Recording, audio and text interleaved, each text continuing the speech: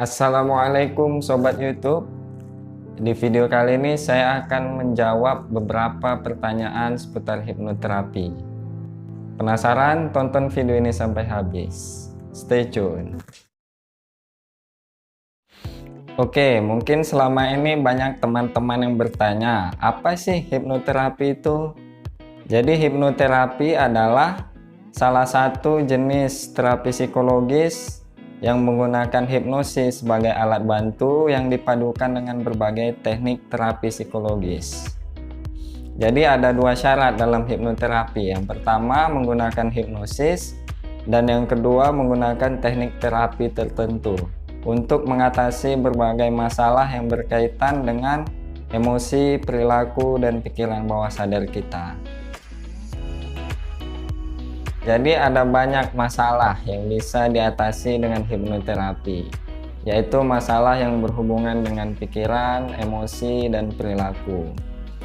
Misalnya depresi, fobia, stres, trauma, patah hati, kurang percaya diri, kecanduan, misalnya kecanduan rokok, alkohol, atau kecanduan game, dan sebagainya. Juga masalah yang berkaitan dengan perilaku buruk, misalnya pola makan yang tidak sehat, malas berolahraga, dan berbagai perilaku buruk lainnya. Jadi yang perlu dipahami adalah segala masalah yang berkaitan dengan pikiran, emosi, dan perilaku bisa diatasi dengan metode hipnoterapi. Hipnoterapi ini sama sekali tidak menggunakan unsur mistis. Hal ini perlu digarisbawahi supaya kita tidak salah paham dengan hipnoterapi. Bahkan hipnoterapi sudah diakui secara ilmiah oleh berbagai lembaga terkemuka di dunia. Misalnya pada tahun 1955 diakui secara resmi oleh British Medical Association, dan pada tahun 1960 masuk ke dalam divisi 30 American Psychological Association.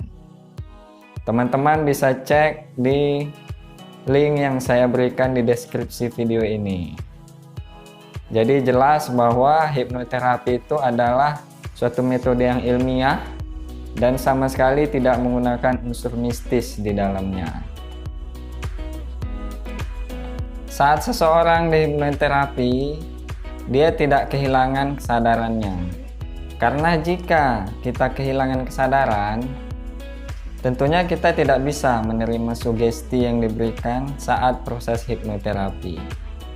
Jadi sebenarnya saat kita dihipnoterapi, kita akan dibimbing memasuki suatu kondisi kesadaran yang biasanya disebut dengan trance. Bisa dibilang kondisi ini berada di tengah-tengah antara kondisi kesadaran normal dengan kondisi kesadaran tidur yang nyenyak. Pada kondisi ini, pikiran bawah sadar kita yang lebih aktif untuk menerima berbagai sugesti yang diberikan saat proses hipnoterapi. Saat berada di kondisi ini, pikiran kita cenderung lebih fokus untuk menerima sugesti yang diberikan. Hal ini sudah dibuktikan secara ilmiah dengan melihat pola gelombang otak kita. Otak kita memiliki pola gelombang beta, alfa, theta, dan delta. Jadi saat kita di hipnoterapi, kita akan dibimbing untuk masuk mulai dari pola gelombang otak beta menuju alfa dan menuju theta. Dan dalam kondisi ini kita tidak kehilangan kesadaran, hanya saja pikiran bawah sadar kita yang lebih aktif. Oke, itu saja beberapa pertanyaan yang bisa saya jawab pada kesempatan kali ini seputar hipnoterapi. Semoga video ini bermanfaat bagi teman-teman. Jangan lupa dukung channel ini dengan cara like, subscribe, dan share sebanyak-banyaknya di sosial media teman-teman. Jangan lupa tekan tombol lonceng agar teman-teman tidak ketinggalan seputar informasi terbaru tentang hipnoterapi. Jika ada pertanyaan, silakan isi di kolom komentar video ini. See you on the next video.